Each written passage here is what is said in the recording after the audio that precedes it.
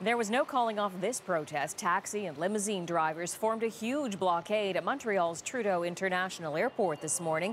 Again, the issue was Uber and UberX. Taxi drivers did cut that protest short, however, after Montreal's mayor called on Uber to stop its operations in the city while a Quebec government commission studies the situation there. Hassan Kattoua is an independent taxi driver who took part in today's protest. He joins me now from our studio in Montreal. Sir, thank you for joining us. I know you call yourself the taxi sheriff, hence the badge there. I want to talk to you about what happened today. So first of all, tell me what prompted you as an independent taxi driver to join this protest today? What is happening in Quebec is not short of a scandal. When we have the Prime Minister of Quebec remove one of his ministers, the Minister of Transport, and reduce his rank to a deputy in order to replace him with another minister that is totally in favor of legalizing the controversial and illegal service of UberX. Well, I want to play for you a clip now that we have just in of one of the provincial politicians in Quebec. So I'll play this, have a listen, and then I want to ask you about what you hear. Anything that is illegal has to stop, and not for a while, forever. Thank you. So there is one of the politicians at the provincial level saying he believes it has to stop forever. I gather one of the goals of today's protest was that you wanted the UberX drivers not to be allowed to drive, at least while this government committee looks into how all the taxi industry can work together, and that the Montreal mayor, among others, has come out today and saying, yes, that should happen. So is that satisfying for you? No, actually, for me personally, this is not satisfying because we already have a commission that was conducted last June by the by the ex-minister of Transport, Mr. Poetti, where he totally invited the general manager of Uber Quebec to become a legal company and work with the existing taxi companies, and he declared his activities totally illegal. So why should we go back again from scratch and conduct another survey and another commission when the commission is already done?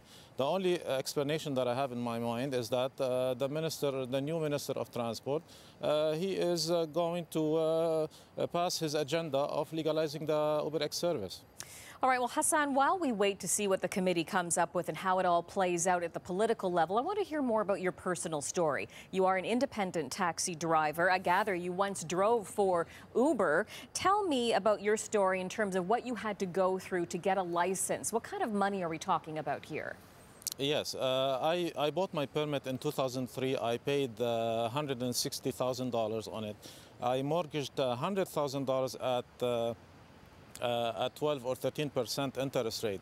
It took me forever, and it took a toll on my private life, my personal life. I deprived my family at a certain point from money, my parents, in order to pay the mortgage. This $200,000 or $220,000 before the arrival of UberX represents our pension. Now, when UberX came, it crashed down the price to the $160, which is the price that I bought my permit in 2003. You see? And yes, on a daily basis, it's not only the price of our permit and our pension, it's on a daily basis, our business is cut by half, at least 50%. When you talk about it being a pension, having that license that you saved for, and you say it cut into your personal life, I gather there you're also talking about the fact that I know you've had to work long hours as well to pay that off. Definitely. And when you say that was your pension, is it because now you feel that the license that you saved to buy is not worth anything anymore? Well, you see, the argument of the government by the Minister of Transport recently, he said that, you know what, we gave these permits for nothing or for little money in the past. But what would be the answer of the Minister of Transport if I told him, if I gave you a piece of land 20 or 30 years ago, and I told you go plant trees in this land and harvest the seasons and everything and take care of the land and everything, and then after 20 or 30 years, a third party will come and say, well, you know, we're going to have to put somebody there in that land and to share the land with you for free. This is exactly what is happening. It doesn't make sense. If Uber wants to come to the market, they have to work as much as we worked hard in order to obtain this permit. They want to work with us, no problem. They can listen to the ex-Minister of Transport, Mr. Powati, go take a license of intermediary of service, like a taxi company, and hire taxi drivers, just like the way I worked with them at the beginning. Because I worked with Uber Taxi at the beginning. Yes. And I didn't have a problem with them. My problem started when they started offering the regular service for Mr. and Mrs. anybody. Anybody could become a taxi driver. Anybody could avoid paying the TPS and TVQ, the taxes. They hide their money in the fiscal paradises, and they're getting away with it just because they have behind them Google and some multi-billion dollars company. This corruption has to stop. Hassan, what do you say to the customers out there, by the hundreds of thousands who have embraced the idea of UberX, because it is so much cheaper in many cases? They can simply find a cab with an app on their phone. They can pay through that app, so it's in and out of the car.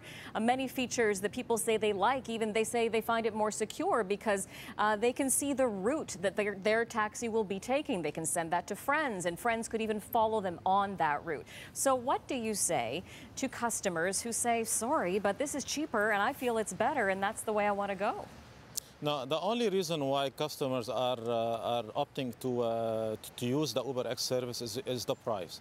The applications by themselves, Uber's technology is dates back to the 2009. We in the taxi industry, we have a much more sophisticated applications that exist, but the only reason that the people like Uber, and generally the population under the age of 30 years old, they like the application because it's cheaper. Of course, the UberX is going to be able to offer a cheaper product if they don't have to pay any taxes or licenses or anything whatsoever. You know, my answer to that will be, and this is a warning to the government, because I already launched an application in beta format. It's called Taxipreneur. It's to sell alcohol and cigarettes and deliver them using taxi cabs. I can play the same role as Uber and offer a cheaper product because I don't have to pay any permits. All right, Hassan, I know I'm almost out of time here, but just a final quick thought from you. Today's protest was called off after some time. Should Montrealers, however, prepare for more mass protests such as the one you were involved in today? I think that they should, and actually we're going to be continuing. I would push my colleagues to push for more action, and the next target will be the Casino de Montréal, the Montreal Casino, and we're just going to go do a flash visit. It could happen at any time, and we're just going to go inside the casino. It's our right, and see what happens. All right, Hassan, I appreciate your take on all of this. Thanks for joining us today. Thank you, ma'am. Hassan Kattoua is an independent taxi driver in Montreal who took part in today's protest.